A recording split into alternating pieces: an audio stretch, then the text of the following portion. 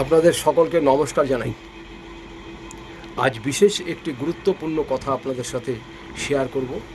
সেটি হচ্ছে, যারা শত্রু নিয়ে খুব বিব্রত হয়ে গেছেন, শত্রুরা আপনাকে ক্ষতি করার জন্য দারুণভাবে চেষ্টা করছে, আপনার বাড়িতে খারাপ কিছু করার চেষ্টা করছে, বাড়িতে সবার সঙ্গে খারাপ ব্যবহার করছে, বা দূর থেকে সবাইকে যাতা বলছে, আপনাকে হিংসা করছে, পারিপার্শ্বিক লোক যে যাই শত্রুতা করুক না কেন, এই শত্রু নিধন হয়ে যাবে আপনার।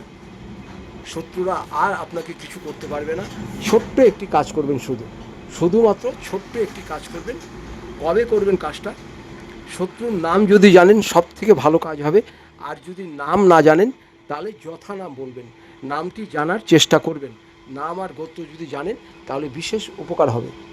যে শত্রু আপনাকে ডিস্টার্ব করছে, আপনাকে হিংসা করছে, আপনার ভালো দেখতে চাইছে না, সে আপনার যে কোনো জায়গারই হোক না কেন, যে কোনো কেউ হোক, যখনই বুঝতে পারবেন শত্রু আপনার খুব ক্ষতি করার চেষ্টা করছে, তাহলে সেই শত্রুকে আপনি একদম দমন করে ফেলুন।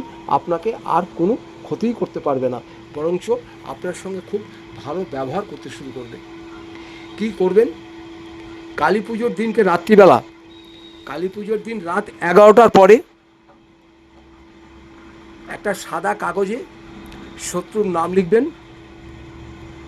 কালী পুজোর দিন 11টার পরে, রাত্রি 11টার পরে শত্রুর নাম লিখবেন একটি কালো পেন দিয়ে, সাদা কাগজে, কালো পেন দিয়ে সাদা কাগজে লিখবেন।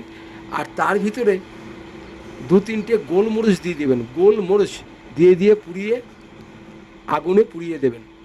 মোম জ্বালাবেন, একটা মোম জ্বালিয়ে আগুনে পুড়িয়ে দেবেন। শত্রু আপনার আর কোনো ক্ষতি করতে পারবে না, শত্রু আপনার একদম নির্মূল হয়ে যাবে।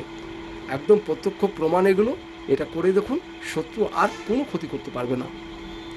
যদি ভিডিওটা আপনার উপকার হয় তাহলে বন্ধু বান্ধবকে শেয়ার করবেন, তাদেরও যেন আপনার মাধ্যমে বেশ কিছু উপকার হয়। ভালো থাকবেন, নমস্কার।